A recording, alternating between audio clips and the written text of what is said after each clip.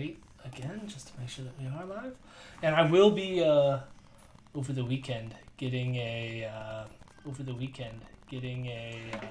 Sounds like I gotta adjust my mic. I will be doing this in such a way that I'll have an intro screen rather than me waiting to make sure things go live. It's probably the more professional way of doing this, but we got to start from somewhere. But this way is so endearing, though. Yeah.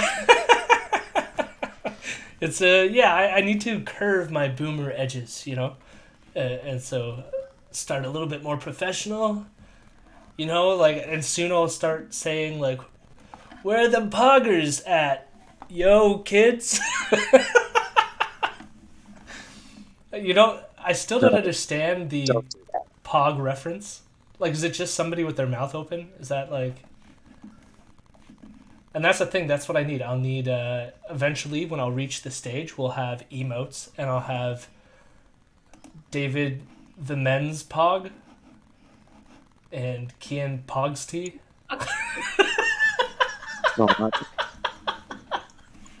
It just means that Pogs are making a comeback. Those toys from the 90s. Oh, They're making a comeback. I wish. This is the most boomer goddamn chat I've ever heard in my lifetime. All right, I'm telling Twitter that we're live. And then I'll do some introductions. All right. I can't wait until you millennials are like old and we can call you moomers. Moomers? Yeah. Oh, God. I kind of appreciate it. That sounds dirty. It does sound. It's too close to milkers. That's not what I was thinking. It's not. No. No? It feels that way to me. I don't know. If you've been too online on Twitter lately or something. All right. Hello, everyone. Welcome to the show. Greatest introduction to the show ever. Oh, my God. I just want to tell a few more people that we're live. Again, this is the Friday stream, and what that means is we cover some Rebel YouTube content with my Patreon supporters. So for those who have donated for this privilege, Vienno, why don't you say hi to the crowd? Hello. I am the resident Zoomer. Gen Z? I don't know. Whatever the fuck that thing's called. Why? I guess they have to come up with some... Why did Gen X not get like a special name? Like, they're still just Gen X, but you get to be Zoomers, and we get to be Millennials, and then there's the Boomers. Because Gen X sounds like cool. Like, it's like X-Men, you know? Yeah, I guess. Ken, you want to introduce yourself? Yes, soon to be Zoomer Ken. That's me. Sorry, soon to be Moomer. I'm tired. Loomer? Like Laura Loomer? Yeah. Jeez. It's like everyone's tired tonight. Oh, Ron, how's it going? We're just out here. We out here in America. Living the beer hall putsch dream. We out here doing it. We doing it.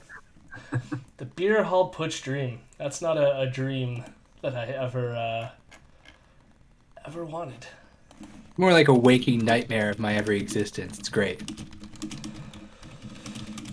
Oh, yes. Well, thankfully we're not going to cover any insurrection news, so that's nice. I was hoping to take a break from that anyways. It's pretty much been like nonstop.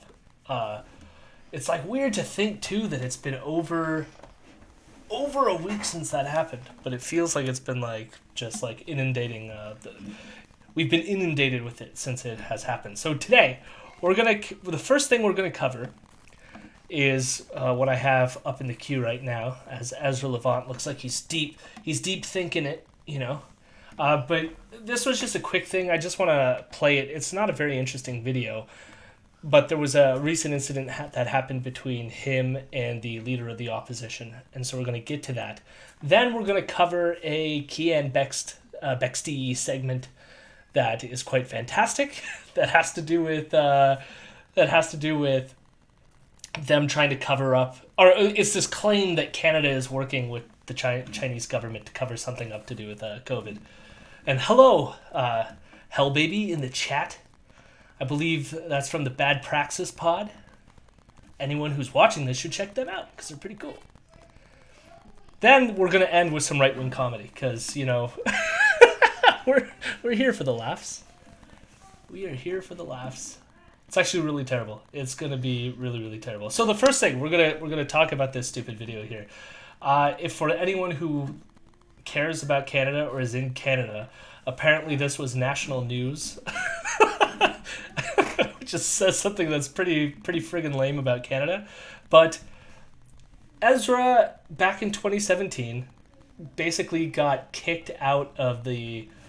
I wouldn't say he was never, like, in... I think he ran as a conservative for the Conservative Party at one point. Whoa, my son's running in the background. I think he got kicked out of the Conservative Party at one point.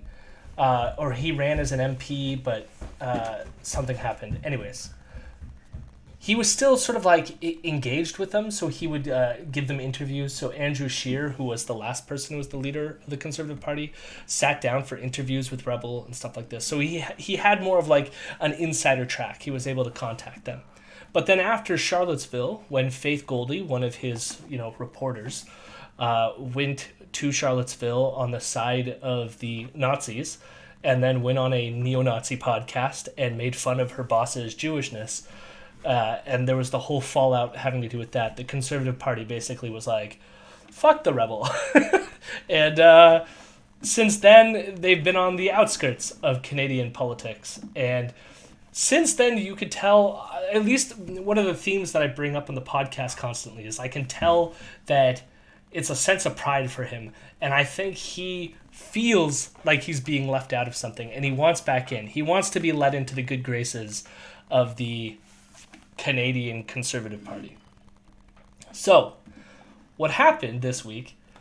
Well, it actually happened right before Christmas break. We covered this story where Ezra claimed to have, he broke his biggest story of his entire life, which was that he uncovered that the Chinese government was secretly training with the Canadian government to train the Chinese government in the secrets of military winter warfare that then China can use to invade India over the Himalayas.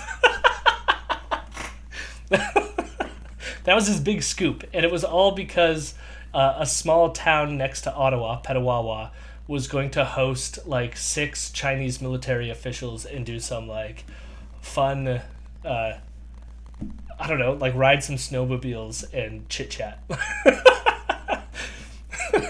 But he broke it. He got the secret government files. He cracked the code, But after breaking that story, he kept on saying how he needs to talk to Erin O'Toole because no one else in the Canadian, like the Liberals won't talk to him and the NDP won't talk to him, but we need to break this story. And so he needs to have an interview with the leader of the opposition, Erin O'Toole. And that was his big thing, right? And so what happened this week is so amazing. He decides. I woke up one morning and because I follow the Rebel News' Twitter account, and there's this thing saying exclusive. Ezra Levant interviews Erin O'Toole. So I'm like, okay, this is a bad sign. We had an insurrection this past Wednesday in which Keean was sent to America to cover it. And, you wouldn't think that the Conservative Party would choose this time of all times to try to, like, reconnect with the Rebel and build a relationship. That seems like a very toxic thing to do. Toxic in terms of PR, right? And in terms of ethics, I guess. Why would anyone want to be associated with these people? But, so I clicked the thing going, okay, there's an interview. It turns out, when you click the link, that it was an email interview. Which, I don't know about any of you in the chat, but like, an email interview just doesn't have the weight, you know what I mean? And it seems shifty. Something seems weird about that. So I was immediately like, this doesn't seem legit. Something's off with this. Sorry, I was just going to say, it's like one of those memes where it's like, when you order it online versus when you get it in the mail. Yeah. Yes, or like there's like a worry that what you're going to receive is not going to be accurate. Like there's a sense of like it's lacking the authenticity that you might get from like a video call or a back and forth. Hello, Erin. It's going pretty good. We just started. We're ripping into Ezra here. So yes, it was an email interview. So I'm like, okay, that's weird. Then it turns out, so the conservatives come out and they go, what did they say? They were basically like, this isn't true, that it was either like a staffer, and then Ezra was like, I have the receipts, and the receipts were showing that, I guess through whatever staffer Ezra was dealing with, the staffer somehow got permission that Ezra could attribute the answers to his questions to Erin O'Toole. Anyways, eventually the Globe and Mail, which is one of our biggest newspapers, ended up running with this story about how there's this, did Erin O'Toole give them an interview or was it the staffer thing? And who's right? And there's this like fight happening. And at the end of my whole takeaway from the whole thing was that this was an attempt by Ezra to do like a promotion for Rebel content. And so we're going to watch this clip. It's very short. We might pause it for some of it, but I'm pretty sure that this was a promotional stunt, and we'll work through that. So let's go. Let me know if it's too loud. Not loud and the enough. Conservative Party ban Rebel News. Ban I know it Rebel sounds News. crazy, but according to this story in the Globe and Mail, it's true. On Monday, we published an interview with O'Toole. We asked. That's the image I woke up to, right? The exclusive interview, Ezra Levant and Erin O'Toole, right? Like this makes it look way more official than an email exchange, right? Yeah, what an image to wake up to, too, as well. Like, I mean, like normally you wouldn't use this kind of like, leader versus reporter, boom, together through like a few email questions. yeah. So you could already tell, This style of like poster looks like it's like a UFC thing or something. Like it looks like they're gonna fight. I know, right? Oh God. Asked him about our big scoop that the Canadian Armed Forces held joint training exercises with China's People's Liberation Army. We wanted to do the interview via Skype, but O'Toole's staff suggested an email interview instead, which we did. You can read that full interview online. I think O'Toole sounds pretty strong in it, frankly. It's on our website. But the Liberal Party and the CBC freaked out about it. And just hours later, O'Toole told the Globe and Mail that he wouldn't have anything more to do with us. I honestly don't. The interesting thing here is, like, I don't recall the Liberal Party or any other party saying anything. It was pretty much... No. All I remember is, like, getting that, and then, like, an hour later, there was already the Conservative Party saying they had nothing to do with this, and that Ezra was trying to grift or do something. Yeah. But of course and you'll notice too, like part of the move that he's going to make here, so in his mind, he actually likes what Erin had to say. And so there's a sense here where you could still see that he's trying to work the angle of like, we don't have to be enemies, Erin. Please let me in. Please let's be friends. Yeah, real quick, Jody, just for clarity's sake and consistency's sake, though, who's Erin O'Toole? I thought we had a different name for him. No, Eric. We reserve Eric for the podcast. I'm shattering all the illusions here. I was gonna say because I couldn't tell which one we were supposed to be using. Well, So confused. it's kind of hard when, like, right in the title up here it says "Should Erin O'Toole." It kind of gives the game away. Plus, he's going to be mentioning Erin the whole time. But on our podcast, he will forever be Eric. And for those who don't know the inside joke here, there was I think it was somebody on like our version of the Shark Tank or Dragon's Den or whatever those, like, you have rich people like wanting to throw money at like entrepreneurs or whatever. You know those shows? Is it Dragon's Den? I don't know. Ours is Dragon's Den. Yeah. The American is Shark Tank. So one of those assholes sent out a tweet about how great Eric O'Toole was after he won the leadership race. And so that's That's why it all because of that it was trending. Everyone like Eric was trending on Twitter, so I refused to call him Aaron O'Toole on the podcast. Yeah, Was it O'Toole Kevin not had the O'Leary? Twitter account, too. It wasn't Kevin O'Leary. It was the person with more hair. And That's the only one that I know from any of that. I don't know if Kevin O'Leary is on it anymore. That you want a shifty motherfucker. Kevin O'Leary is a shifty motherfucker. Get it? We published the interview word for word. He sounded really good in it. Yeah, you're good. What changed in Let's those be few friends. hours? It looks like O'Toole is afraid of the media party and just decided to do what they told him to do, to cancel us, to disavow Oh, us. they've been canceled. I know that helps the liberals. It cuts O'Toole off from our 1.43 million.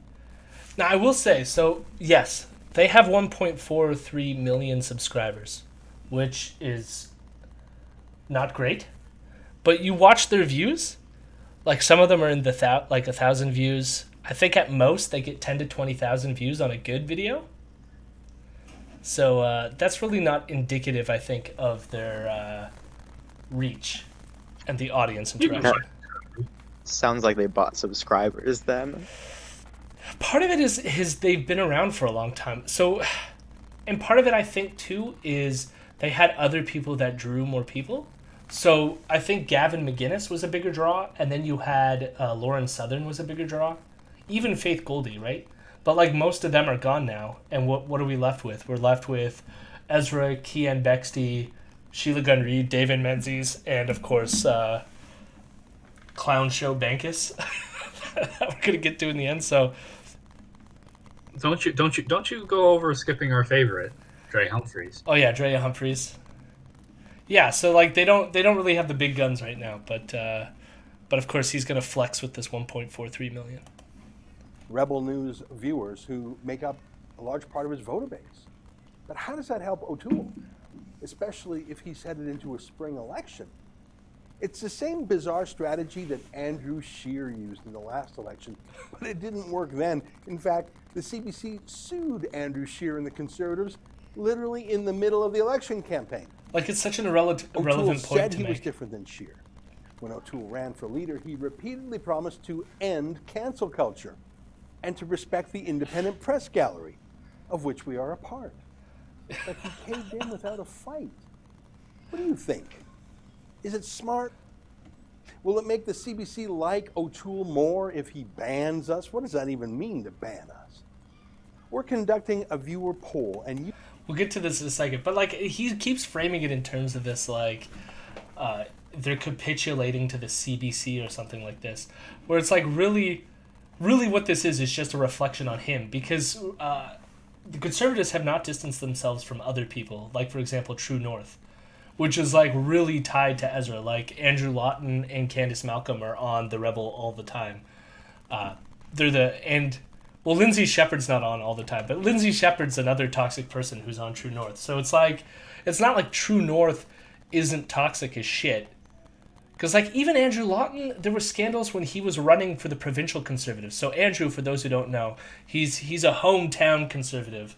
In fact, he's probably residing in this city as we speak. Good old London, Ontario. And he's someone who had a radio show and would spew Islamophobic, homophobic shit on his radio show all the time. And was pressured, basically the Conservative Party, the provincial Conservative Party, was pressured to the point that they let him go as a candidate, I believe. And so the provincial Conservatives got rid of him, but True North is still being used by the federal Conservatives as one of these independent news sources that they appreciate, right? But even then, Ezra is still too toxic for them. So keep that in mind. It has nothing to do with the CBC. You can vote right now by going to banrebelnews.com or clicking the link under this video. Voting yes means you agree. You think O'Toole should ban Rebel News. Voting no, What a All right. confusing disagree. poll. You think O'Toole should not ban Rebel News. I'd like to know what you think. Do you think it's a smart strategy? And whichever your view is, let Erin O'Toole know too. The toll-free phone number for the Conservative I love Party this. is 1-866-808.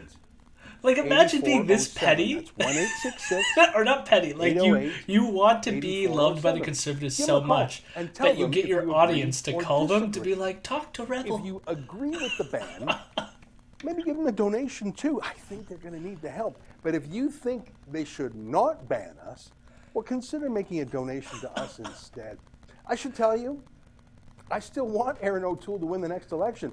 He's weaker than I thought he was, but he's still miles ahead of Justin Trudeau and the Liberals. I just think that any leader who lets the media or the other parties boss him around and tell him who he can or can't talk to, that's not much of a leader, and he's going to have a tough time in a bruising campaign.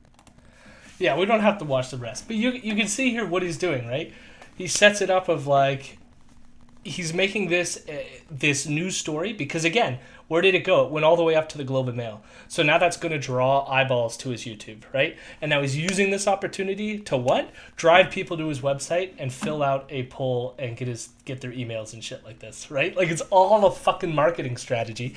And then, on top of that, he wants people to call the Conservatives to tell them that you really should talk to Rebel and I'm your base. And like, so he wants the money and he wants to belong in the Conservative Party so he can get more money. I was gonna say, like, Jody, you've nailed it there pretty much. Like, it kind of feels like the way he's set up this website where it's banrebelnews.com and vote yes if you think they should, like, which is kind of confusing given the stance that he has. Obviously, he does not want to be banned by the Conservative Party. Yeah. But it's almost like they want to. It's like it's one of those. Any publicity is good publicity, no matter how good it is or how bad or crappy it is. He wants anyone from, like, he's not, I don't think he's necessarily just appealing to his own viewers there. He's appealing to anyone else who might be watching it, because I'm sure he sent out a tweet about this video that he's made, and he's tweeting about this. I don't look at his Twitter, so I don't know for sure. But, like, if he's tweeting out anyone, like, that feels like the Conservative Party should ban us, go to this website and register so that he can, and, he doesn't say this part, but it's like, we can get your email, we can get data on you, we can get any kind of information, we can get clicks on our website, views on our videos, even if it's people that are signing up to the website to say, they should ban you. Yeah, I mean, that's all it is. I knew as soon as this was happening, and especially as soon as it was just an email exchange, that I knew that he was upselling it so that he could use it as a promotional tool. Because he knew that what happens? He goes, look, I had an interview with the Conservatives, and he knew he was going to get blowback from that, from like the more like leftist news media that covers this stuff. And of course, that's how it initially started, right? When people were like, oh, how dare Erin O'Toole give him this interview? And like, I was part of that too, but then I also was pointing out that, like, I don't believe that this is true. This is, I found that there was a lot of people that immediately jumped to it as, like, used it as an opportunity to sort of, like, paint the Conservatives in a negative light, which I think is fine because, whatever, screw the Conservatives. But it was like, I knew that, like, the Conservatives probably had nothing to do with this. Like, either it was a staffer that did something silly or the whole thing was just made up. And I'll never know. But it certainly has drawn people to, I think, his site, and he's going to try to market off of it. Now, for he's those... He's the smartest moron I know. No, he's a good salesman. You can even see in the way he, like, talks, too. Like, I don't know. Ezra has a knack for that end of the business anyways. Now, I put this in the Discord. I don't know if you can see it now. It's this warning. YouTube requires that we indicate that some opinions in this video contradict the consensus medical opinion about COVID-19. Is that the video you're watching now? I got it, yeah. All right, perfect. So the next video we're going to watch. So this is mainly what I wanted to dig into here. Keean Bexty's on the case. And he's got a secret report. And this is like, it's an extension of the previous story that we just had, which is that, Ezra's big breaking story is that the Trudeau government was secretly working with the Chinese military. And so this is just another extension of how Canada and China are somehow coordinating in various ways. It's not always clear. But I want to flag right at the front, because I watched this video now a couple times, and we're going to watch it now. But I still don't like, even if everything that Keanu? Everything that Kean is saying in this video is true. Even if it's the case that everything he says is true, I don't really know what it means. Because he's calling it a cover-up. And I'm like, why would this be covered up? I don't understand. So keep that in the back of your head, because I wanna get back to it when we're done watching the whole thing. But I'm not sure why any of this matters. But here it goes. And here's another thing. We're like, again, this whole like warning shit. I'm surprised they haven't been kicked off YouTube yet for doing this shit. Warning. Censorship. Warning. Like, it's clearly flaunting the terms of service. The story that's been told and generally accepted about the origins of COVID-19 are simply not true. Where did it come from? And equally important, That outfit when did is it so fucking arrive? bad. These are all questions Yeah, I that would. need answers. Oh, we get it. And it's like him standing in front of a green screen clearly. Like, oh, it's just so terrible. Maybe that's just their very expensive set, you know? Like, clearly they've got money. And again, What Kean is so boring.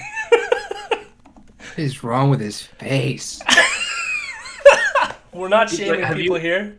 I mean, look at this face. No one's perfect, you know. No, I didn't want to, like, you know, go hard on someone's personal appearance, obviously, but he does kind of look like a real life version of those Charlie Kirk memes where his face Yes. is way too small for his head. It's that forehead. Yeah, there's. It is. Yeah. No, it is. Oh, it's Lots of real estate there. And again with the stock footage and shit that they play. But let's dig into what he's gonna say here. What a tragedy, Jesus. Accepted about the origins of COVID-19 are simply not true. Where did it come from? And equally this fucking stock important, footage. when did it arrive? These are all questions that need answering, and hopefully this aids that a little bit. I've obtained secret military documents distributed from the highest ranks of the Canadian military in an attempt to cover up a scandal of global proportions. The document, titled You better be prepared. Potential Exposure to 2019 Novel Coronavirus During 7th Military World Games in October 2019 in Wuhan, Hubei Province, China, was written by Canada's Surgeon General, A.M.T. Downs, Major General. His position reports to NO. So he's gonna say his position reports to this guy, and of course they have to show this guy's image because why? Why would they show this image of this person? I wonder what it could be. Yeah, no idea.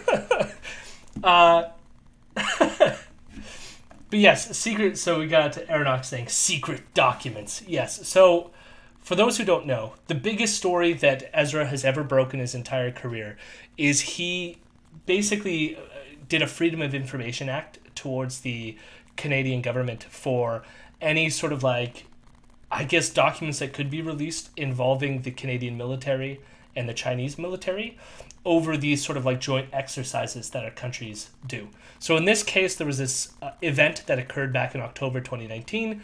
Remember, we first found out about coronavirus in December of 2019. So it's a few months before then. And this event, this military athletic competition thing, took place in Wuhan, but in October of 2019. And basically what it was is like a bunch of our troops, American troops, I think Swedish troops were there, French troops, Italian troops, and Chinese troops, and they all participated in like athletic competitions, kind of like an Olympics. I think there was a total of 9,000 troops from all the countries combined that participated in this event. And apparently something happened at this event that's being covered up by this person is covering it up. Obeys Justin Trudeau's defense minister.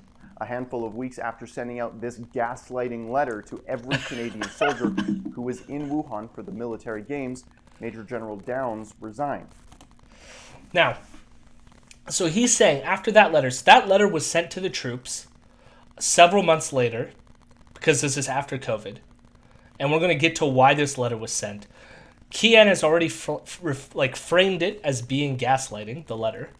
But then he also is saying that the person who wrote the letter has since retired since sending this letter. Now, Or resigned. I guess I already gave the game away. Retiring is not resigning. And even Keean highlights the fucking document itself saying, Major General Downs will retire from service. So this is not resigning. He's making it sound like, we'll listen to it again. He makes it sound like this general, because of this deeply salacious thing that none of us have heard of, because it was never introduced into the public domain, was so damning that he had to resign. Let's listen to that again. Who was in Wuhan for the military games, Major General Downs resigned. I'm going to share with you. Like, again, we have this segment, we did an episode, I think, before Christmas break, showing that they debunk themselves in every clip that they play. Because he said resign, and yet they show the highlighted document with retire right in the fucking thing. Oh my god, they debunked themselves. Like, I don't even need to do anything. Resign. I'm going to share with you every crucial detail of this letter, along with an exclusive interview from a senior Canadian Armed Forces member, in order to protect the safety and identity of this brave soldier who came forward with this information. We've replaced their voice with a voice actor. I flipped a coin whether it would be male or female. At the time. So, that's right. So we're... He used singular they there. Yes. So we don't know the gender of this person. It's an automated voice, which is amazing. But we're gonna hear what happened to these soldiers. All right. I love there's no way that this is a real person. It's like there's no way this happened. All right. But maybe if it did, this is severe. I don't know. There's something wrong with our government if this is a real person. But here it comes. Y'all ready for this? Let's do it. Give it to me. At the time, this was, toward the tail end of the World Military Games. A whole bunch of athletes got really, really sick. Lung issues, coughing, vomiting, diarrhea. And I'm talking absolutely flat on their backs. Maybe you want to overdub this part, but, we had guys locked in their showers just pissing and shitting themselves. Like they were absolutely laid out and coughing, hacking of all the rest of it. The symptoms of very odd symptoms, depending on the person. Our source. Okay. Hold up. First of all, I'm gonna pull some experience here because I do voice acting casually and I know exactly how they did this. All right, let's hear it. So they would have employed a voice actor, but they would have found them on a website. There are many of them, like Voice123 or Voices.com or whatever. How they would have advertised it, I don't know for sure. If they would have said voicing a soldier from where, whatever. They have been truthful, probably not. But they would have had some kind of script saying hey, we need someone to read these lines. So that's why it sounds bad. like this person is just reading a line from a movie or from a book, because that's exactly the direction they probably had. But I would love to see what that actual casting call looked like. I wish they'd gotten James Earl Jones. Damn. Was he... It'd been amazing. But we're now how long into this pandemic? Been about 10-ish months almost.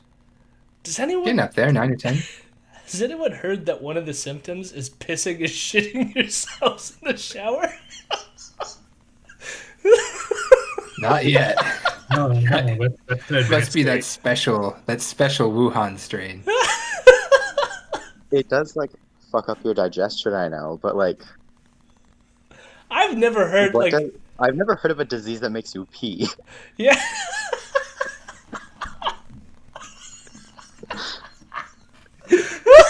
COVID-19 made me pee. Oh my god! I feel so. I want this so badly to be someone who was just trolling them, but yeah, I was totally on that trip. Yeah, I'm totally a soldier. Just Yeah. because it's so Shitted and farted and camed. Oh my god. I couldn't believe when that.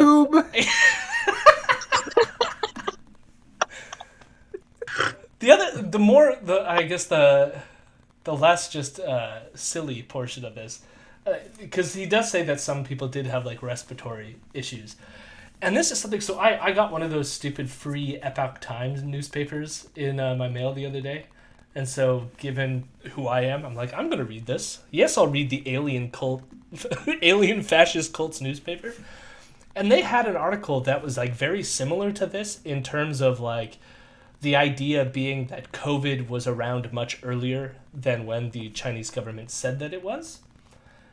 But the problem with doing any of that is they'll say, like, here's people who had respiratory COVID-like symptoms back in, like, October. But, like, COVID's not the only thing that creates respiratory, like, symptoms, you know? Like, pneumonia is something that's been around forever. You know?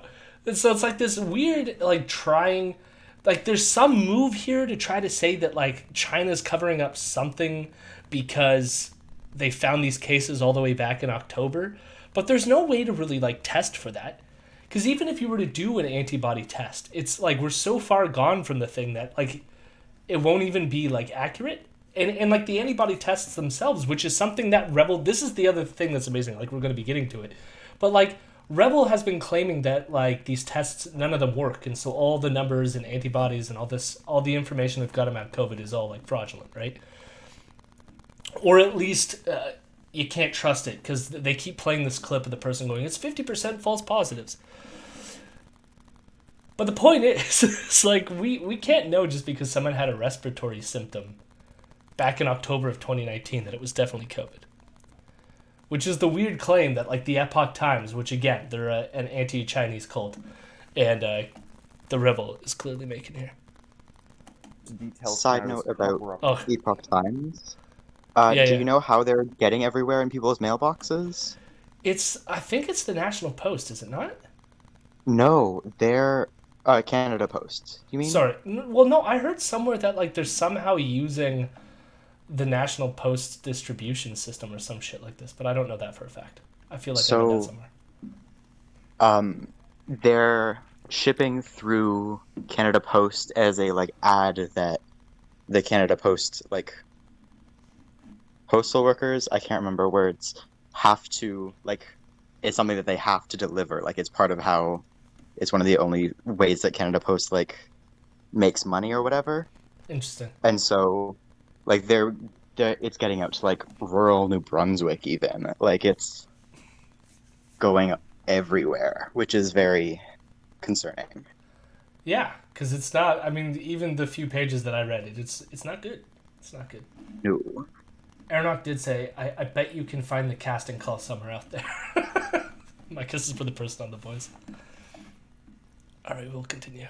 Source details Canada's cover-up response to a critical pneumonia outbreak in a contingent of 176 Canadian soldiers stationed in Wuhan over 2 months prior to the People's Republic of China reporting outbreaks in the same city.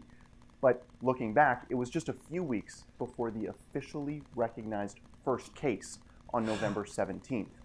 So, towards the tail end of the World Military Games, there was a large percentage of the contingent that were sick. So the doctor took the decision. There was a lead medical officer took the decision.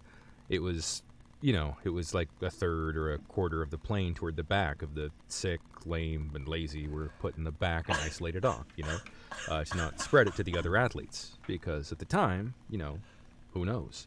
While the contingent was... Excellent performance. Sick, lame, and lazy. That's some grade A military jargon right there. They just shoved them in the back. Just like... Who's Fubar? We had to throw them in the back with the other lame ducklings. Oh my god. There's so much to this. Because here's the thing is, like, it totally could, like, if they were shitting themselves, like, it could have been a foodborne illness, Like, I don't doubt that there was probably people who were sick on this trip. A lot of people get sick when they're traveling to countries they haven't been to before. You think a lot of Canadians were shitting themselves, is what you're saying? On an airplane, yes. Yeah. I love how the just the lazy were sent back there too. Hey, lazy person, go sit near the infectious. And they're all athletes. Why would there be any lazy? Like, I don't know. Maybe there's lazy athletes. Military athletes. They're just lazy. Yeah. They're just lazy. Send them on back with the people with the weird illness, making them piss themselves. But even. But notice as well, like where Keean puts the emphasis here is like somehow they knew that this was a thing all the way back in October. And I want you to keep in mind what I said at the beginning of this. Why does that matter? Like, don't understand why this matters at all. We live in a timeline where we have this novel coronavirus that causes like serious lung damage, right? That gets in your brain and can cause neural inflammation, leading to all these cognitive problems, right? That's what we got. And we could have gotten the disease that causes us to piss ourselves. Keep in mind, they only piss themselves in the shower. Yeah. Send it back with the lame military athletes. My wife keeps getting mad at me for pissing in the shower, so I got an idea. I'll tell her I got COVID. Oh, there was some mystery disease because this was pre-COVID, right? Yeah, mystery disease that turned out to be COVID. Oh my god, here we go. I put my shit down the shower drain. It's COVID. Oh lord. Was returning to Canada on a Polaris jet. 1/3 of the members were That's the plane. quarantined on the plane. That's where They were perhaps the first Canadians to ever quarantine from the Wuhan virus, but we were never told about it. Strangely, upon return to Canada, the senior ranks of the armed forces decided to end the quarantine of the soldiers and send them back to their homes across the country. Again, were you ever told about any of this? No, of course not. What was the response of Justin Trudeau's Surgeon General to this? And don't be fooled. The Surgeon General reports directly to Justin Trudeau's Defense Minister, Harjit Sajjan. He is a political soldier. Naturally. So again, the focus on this person, and then like he refers to him as a political soldier. I love this. Apparently, it goes all the way to the top. There's something about Justin Trudeau is working with working with the Chinese government to somehow cover this up, and it's all because of his Surgeon General, who's a political soldier, who just happens to be brown. Soldier. Naturally, the government decided to cover it up. Don't let Canadians know about this outbreak under any circumstances. Why is that? When soldiers started asking to be tested, the answer was no. See, if several dozen Canadian soldiers tested positive for the viral antibodies in January 2020, having been infected in October 2019, the Chinese would be in very, very hot water. Oh god, an advertisement. Why would the Chinese be in hot water? Does anyone have an answer? Why would the Chinese be in hot water? They'd be in hot water because they were pissing in the shower. Yeah, bodily fluids. But there's like a level of like, I don't know, like imagine if like again, if what he's saying is true and somehow the Chinese knew about this or didn't know about this but like are learning that, oh, we have a much earlier incidence where this occurred in Wuhan. Why would that matter? It's like, oh, you would just go, oh, hey, we learned a new fact about how this thing developed, right? Now, I don't know if part of what's going on here is, oh my god, I paused it at the perfect place for Keean here. I don't know if what they're really trying to go back to is this theory that it was created in a lab still, right? Like, but even then, like, even if it was created in the lab, does it matter when the Chinese government released it on their public? And See, also, they didn't try to release it on their public. They tried to release it at the military games so that China could win those big, important sports that everybody has heard of and knows what's going on there. Widely publicized, you know? what I don't understand is and I'm sorry to keep coming back to this, but I really need people to help me understand. Why did they release this version of the coronavirus and not the one that you went yourself? Why? Why couldn't we have that? Maybe Why, no, China? Why did you do this? No, deep conspiracy theory. Actually, what they did was they tried to do the pissing and shitting version first, and it just didn't take off. So the next 2 months, they released the one we currently have.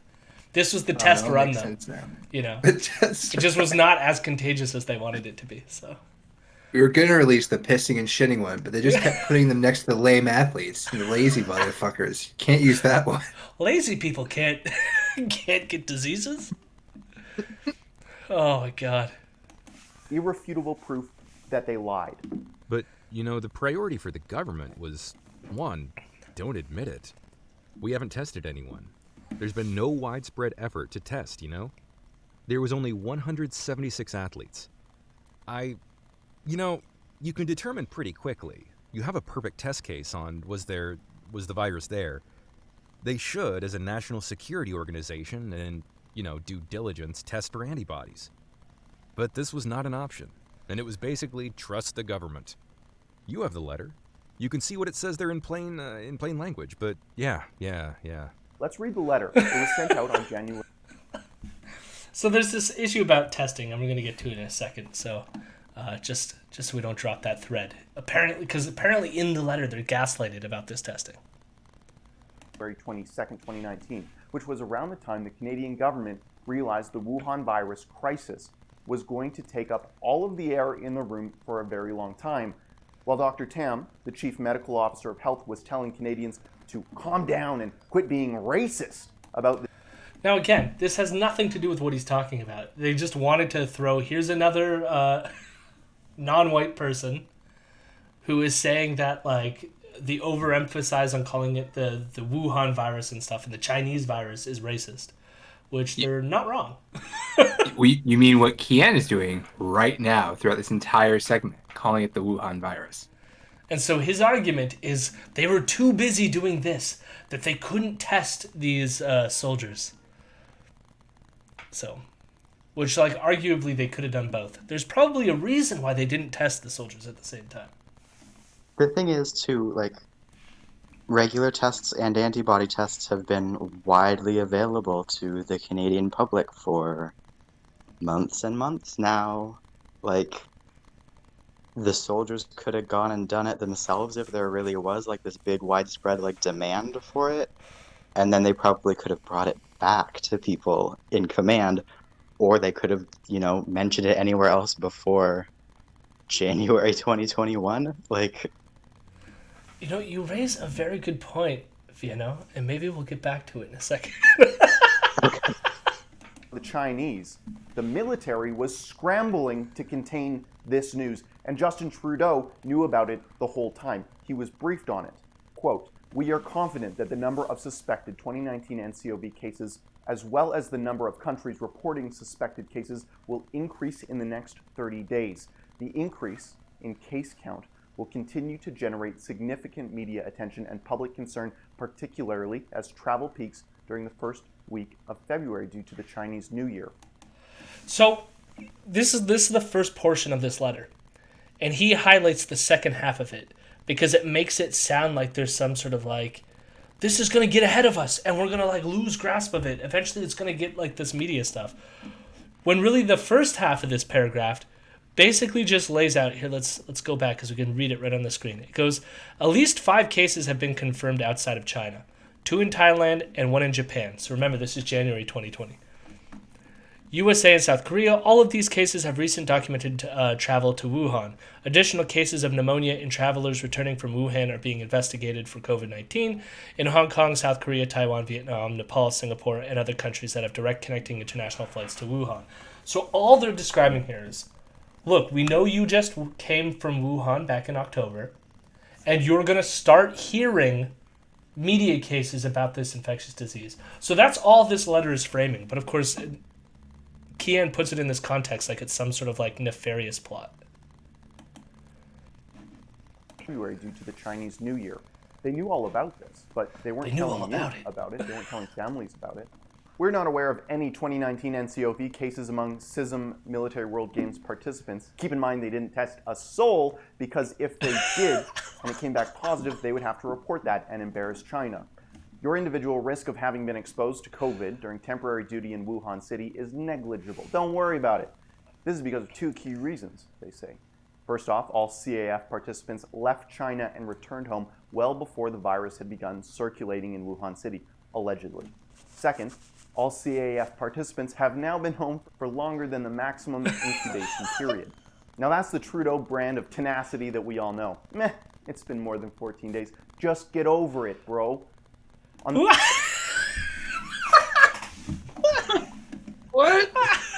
It doesn't even make any sense.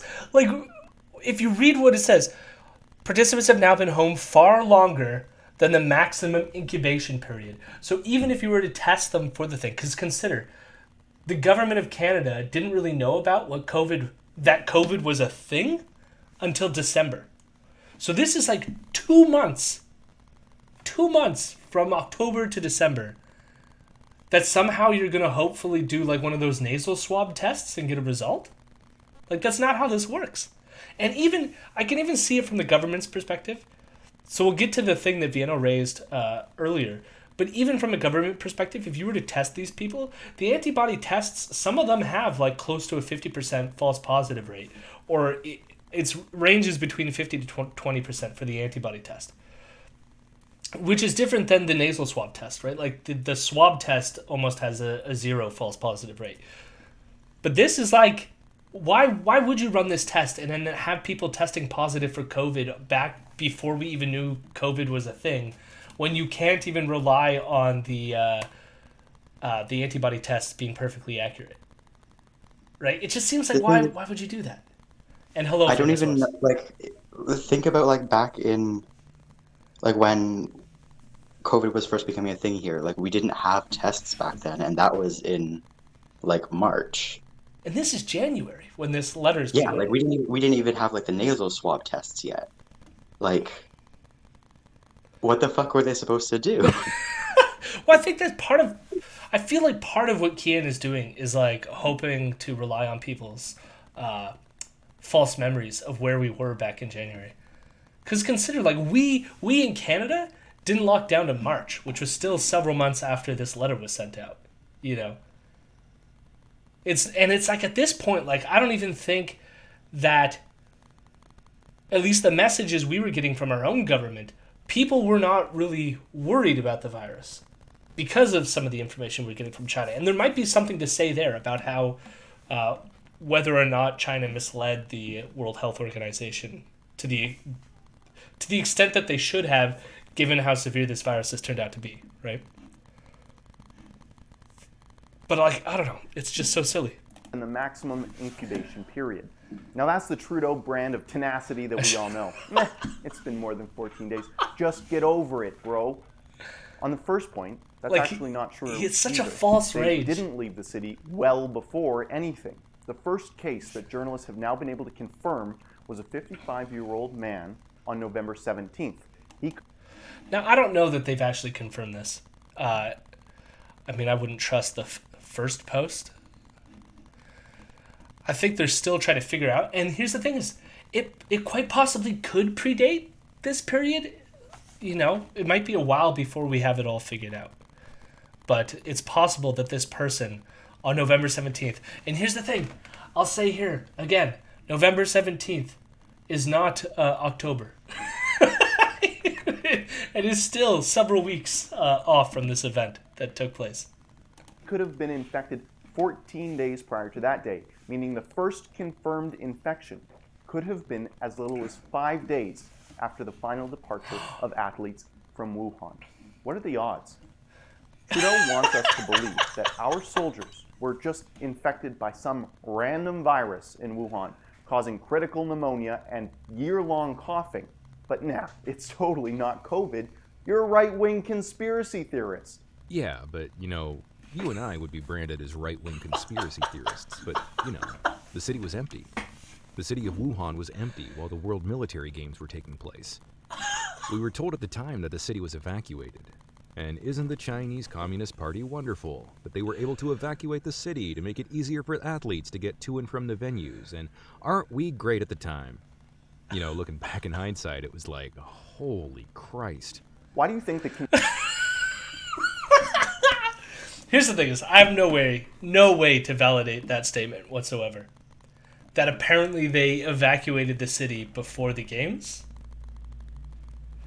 and if they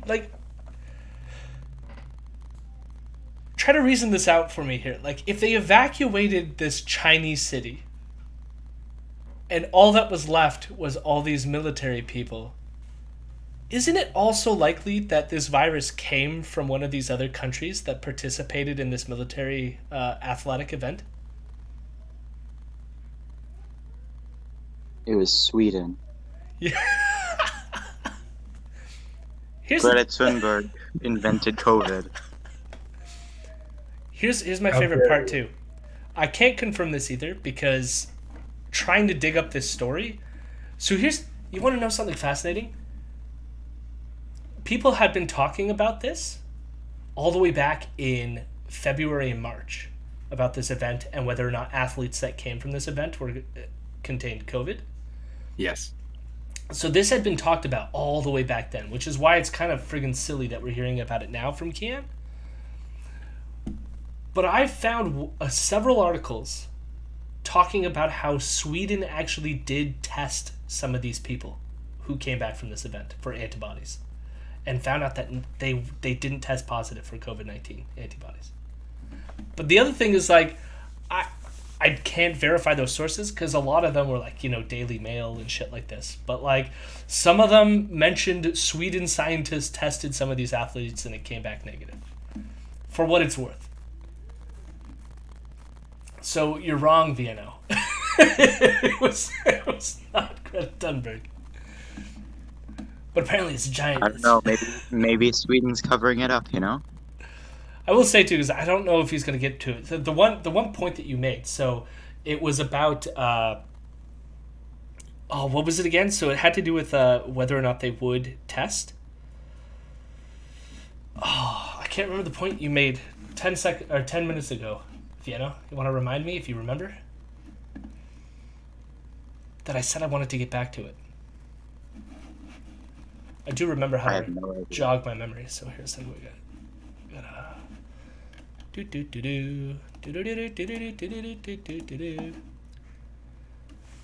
See, they've linked the actual documents, so I can go to their website, pull up the documents, and refresh my brain, because I remember it being one of the last points on here. Right, okay. So you were like, what's stopping these people from going and getting tested on their own, right? These athletes that went out there. Why aren't they getting tested on their own and coming back, right? And so the last point in this letter goes, while your risk is assessed negligible, if you are concerned about potential exposure and have had persistent respiratory symptoms including fever and cough, shortness of breath since your return from Wuhan City, please seek medical attention promptly and disclose your travel status to your healthcare providers. You may wish to bring this letter to your care provider alongside its whole of government partners. Canadian Forces Health Services is monitoring this evolving situation on a daily basis and will issue further communique should new information be available. So what they're saying is, if you get a test and you test positive and you're one of these things, we'd like to know so we can have that information. Of course. Which is the thing. It's like, why would they do this shit all the time? You talk about this article on your show, and then you give me the information to just debunk you that you link on your own fucking website. Because it's like a 4-page letter. That's a lot of reading. Yeah. And it's not even, it's like literally, it's like it's 5 paragraphs. Because what you saw there is like the English-French. So it's literally just 5 paragraphs. Canadian government decided to hide this secret Yeah. from you and from me, from everyone, to ignore the geopolitical implications of upending the Chinese narrative. And even worse, why would they refuse to give Canadian soldiers access to the best healthcare available? They are putting their lives on the line for Canada every day, and Trudeau is too scared to give them a COVID test. Anything, I guess, to protect his Chinese buddies. And I mean, could you imagine the damage? I mean, Can you imagine? was it COVID? I have my suspicions, but no, we can't determine because it's like imagining how damaging that would be. It's that your neglect and ignorance and incompetence actually further the virus spread. I mean, granted, there's tons of people coming in and out on regardless, but literally, your own military is the Trojan horse to spreading this thing. Literally, where the fuck are Canadian forces putting their lives on the line for us every day? I highly doubt this is a real person.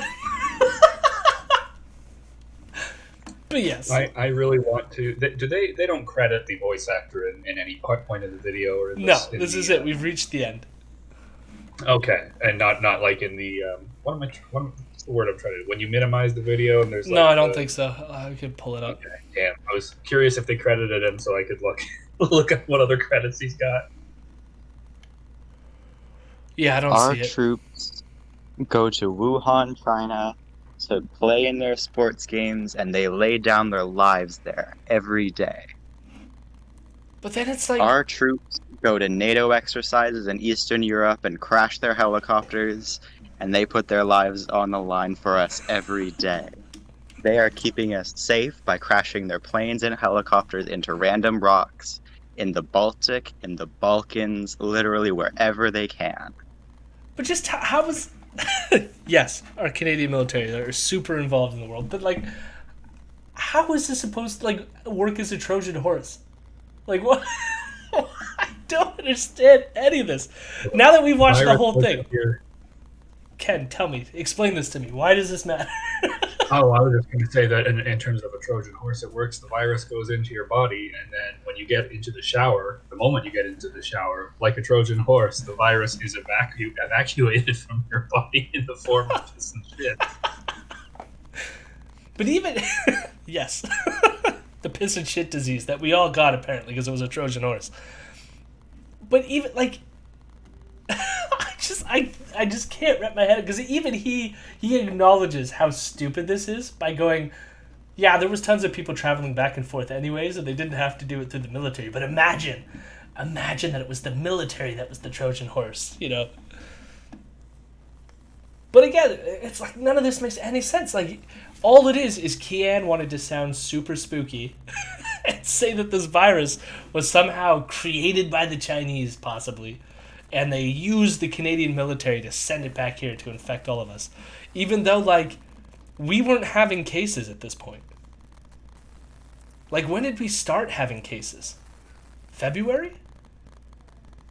No, we had a few cases from travel in January even. Oh yeah, but it was late January, and I remember because we had a local case as well. I do vaguely remember that. But yeah, like late January, so it's like, yeah, I don't know. But again, they were all people who traveled, right? So they weren't like at that time. We knew that they weren't community spread yet.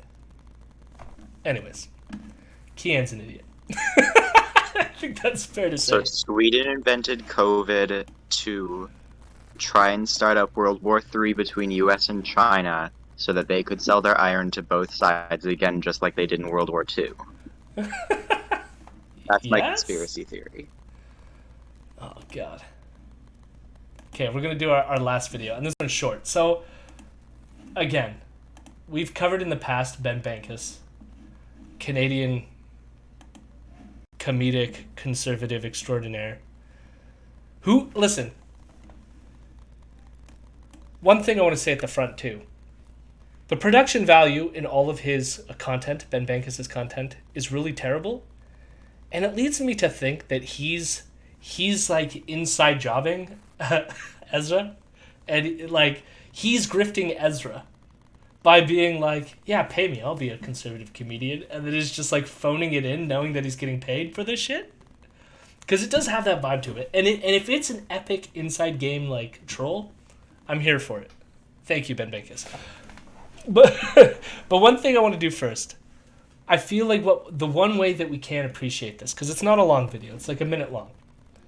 We're going to watch the video in its entirety. Because I feel, credit where credit's due. If you're going to appreciate someone's art, you can't do it the way that we've been doing like the previous video. You got to watch it in its entirety. So I feel like we're gonna enjoy it in its entirety, get the essence of it, and then we'll come back to it. We'll let it settle. And then we'll start to deconstruct. So are we ready? Are we ready to ingest this comedic gold? Do it. All right, here it comes. It says, pro-masker preaches virus safety. More masks means more protection. My name is Ben Bankas, and I am a pro-masker. I wear the mask all the time. When I'm in the shower, when I brush my teeth, when I drive, when I go to the grocery store. Hi guys, do you know where the masks are? Masks? Yeah, masks.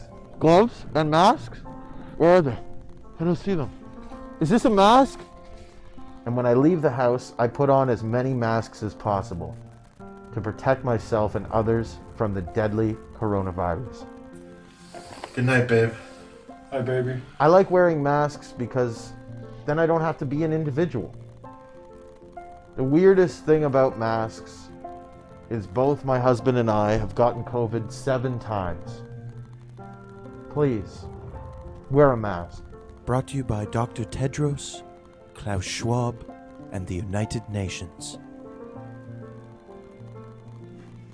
All right. Wait, who? First impressions. Who are those handles at the end? What was that? That's Ben Bankas' stuff.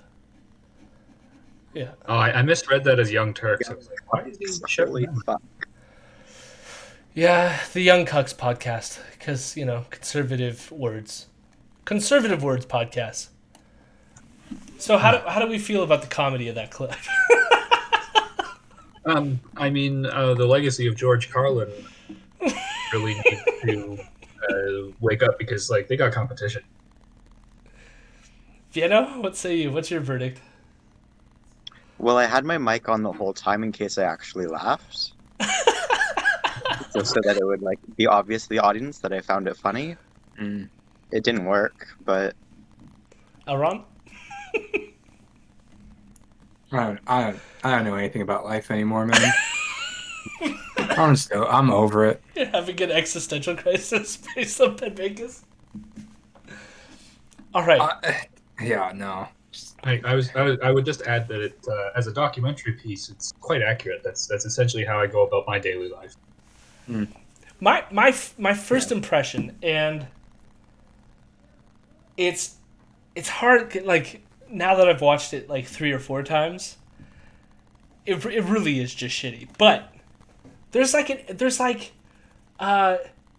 there's a subtlety there where I feel like this could have been made into a good joke. There's something to be said about a certain type of people that might be over anxious and over prepare for things, and there's comedy in that kind of exaggeration. There's the one clip when he's rubbing the hand sanitizer where I was like, that could have been made into a great bit.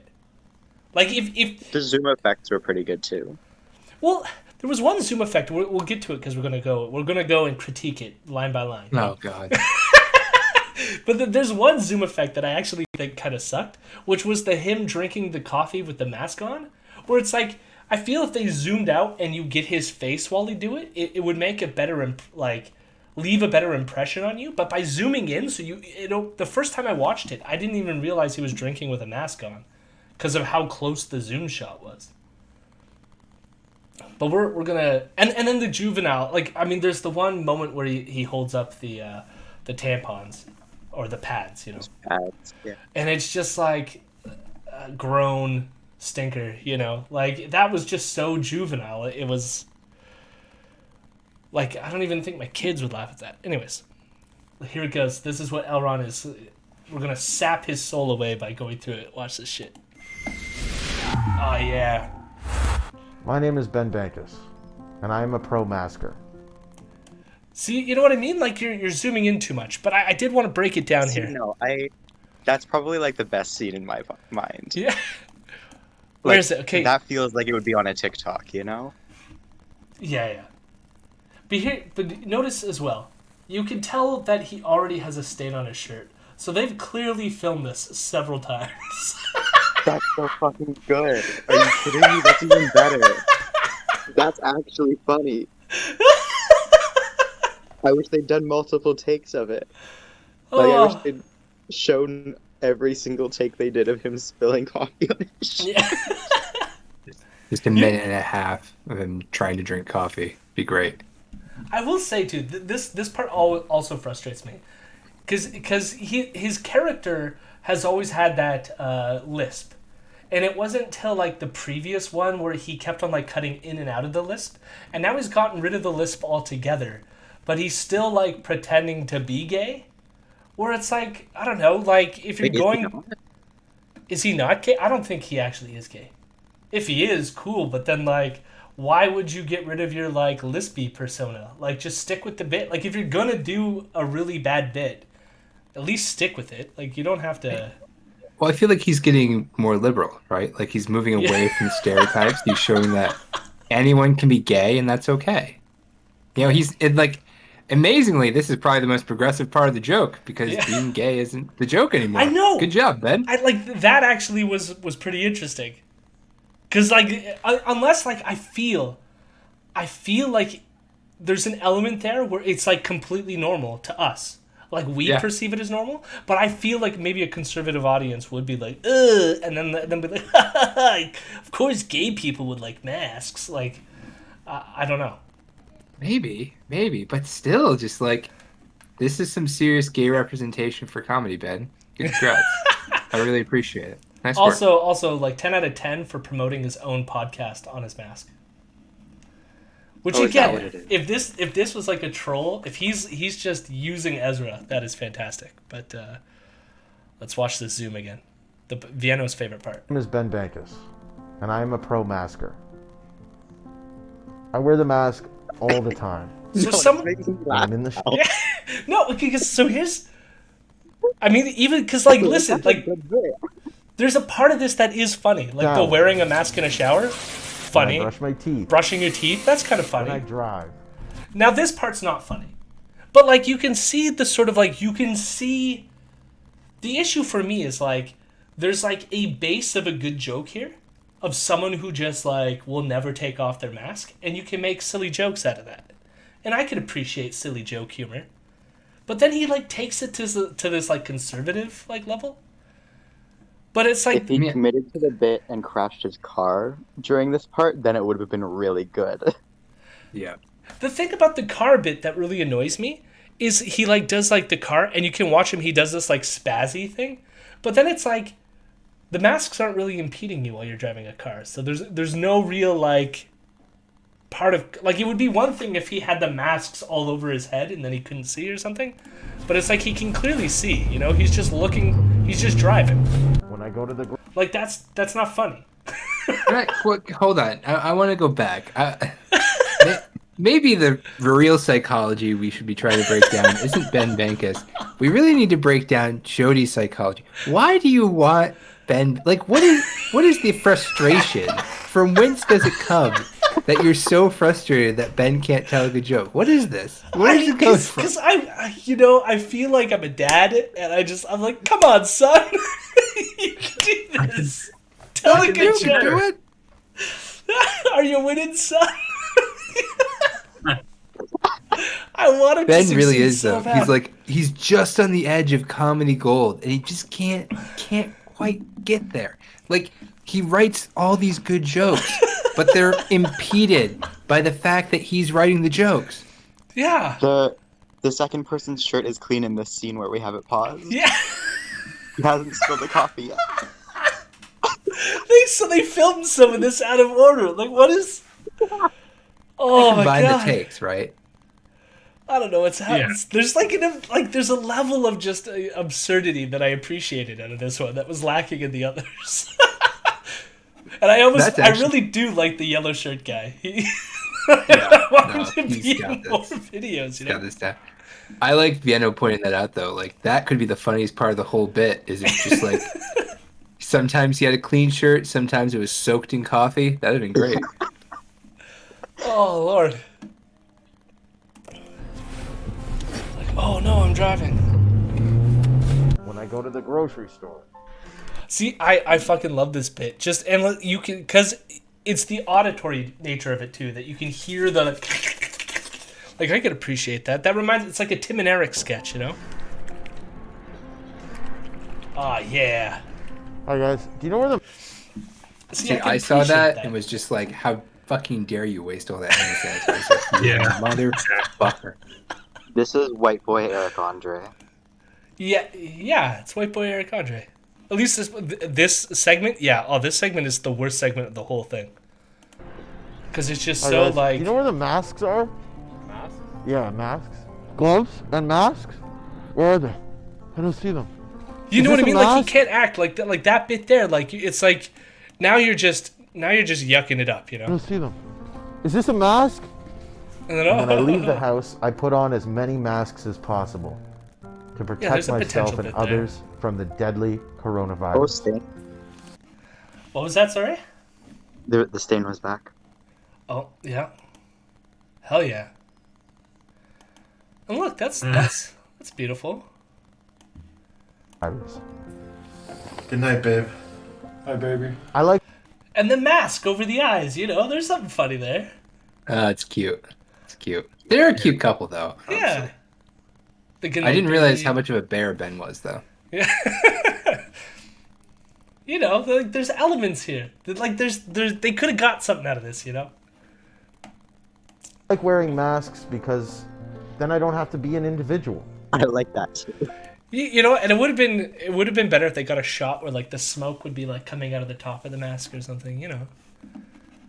There could be something going on there. The weirdest thing about masks is both my husband and I have gotten COVID 7 times. Please, wear a mask. Brought to you by Dr. Tedros. See, I feel like what would have made that bit... See, part of why this bit fails is because we know how deadly this thing is, and we know that masks work, right? So there's an element in which, like, that last punchline doesn't work, right? But it would have been funny if they had, like, a clip of them doing something where clearly, like, they were using the mask inappropriately, or they took it off to sneeze and then put it back on, or something. Like, you know what I mean? Like... So that it's like their incompetence and not the mask that's like to blame. Are you gonna like take this clip of the video and like send it to Ben? Like, dear Mr. Bankas, I have seen your comedy over the last month. Please find enclosed my commentary to help you make better videos. We can use more joy in the world, and all I'm saying that if he's gonna produce this content, you know, the least he can do is make it enjoyable for me. Who has to watch this shit? That Jody wants. Oh. There you go, Ben. Please. There it is. Wear a mask. Brought to you by Dr. Tedros. And then this, like, the ending is so Schwab, lame, just like, and the United Nations. The United Nations. Okay, like, ha ha ha. Anyways. I don't know. Compared to the other stuff, I feel like there's something there. There was something there, you know? So, congratulations, Ben. Congratulations. And that's it.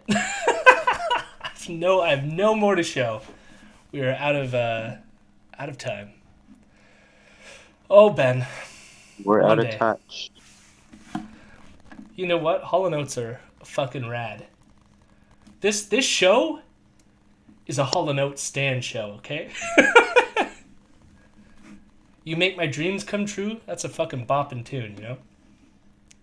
You make my dreams come true. I didn't know that was the wife, same band sing at all. You didn't? I didn't, no. No, they're good. They're good. Hall & Oates. What do I have to do at the end of the show? Oh, yes, promote my Patreon, which should be something I could do. I feel for anyone who watches the streams but not the podcasts, I will recommend our latest podcast episode was pretty good. It was a bit long. It was about as long as this live stream has been. But it was on the coup, the attempted coup, and I feel like we nailed it pretty good. It was pretty good. I don't know why my internet's being slow, but the image on the picture is not loading. Hooray! Been having some weird internet issues. That being said, next week when I do some streamings, I should be streaming on Wednesday. I don't know exactly what I'm going to do yet. I tried to get an interview. I don't know if the interview is going to land, the one that I wanted. If it doesn't land, I might try to grab someone that's a bit easier to just chit-chat. Or we'll discuss something else. We'll see what's happening in the world of politics and whatnot. We'll go from there. But that's about it. I guess now we'll raid something. Oh, look at that. Look at Ezra looking all smug. Let's see what we have here. Oh, looks like Famous Horse just started up. They've got 2 viewers. I like Famous Horse. I do raid them a lot, but everyone else has like in the 400s, so I don't need to raid people that already have like 400 people watching them. We'll give the love where it is needed. Famous Horse does a lot of great content, by the way. He interviewed Vincent Bevins as well, which is awesome. For those of you who don't know, wrote this book that Vienno, who's in the chat, lent me this book. I still haven't finished reading it, but it's a good book so far. Check it out. I love that guy. I love that book. And with that, enjoy some Famous Horse, and we'll see you later. Say goodbye, everyone. Good evening. Goodbye. The NRA is bankrupt now, just FYI. And Vienno? Pardon? Say goodbye to the audience, Vienno. Oh, fuck. Goodbye. See you later.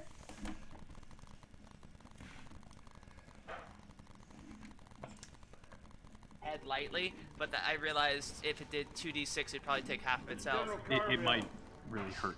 Yeah. Yeah, that could seriously damage it. Yeah.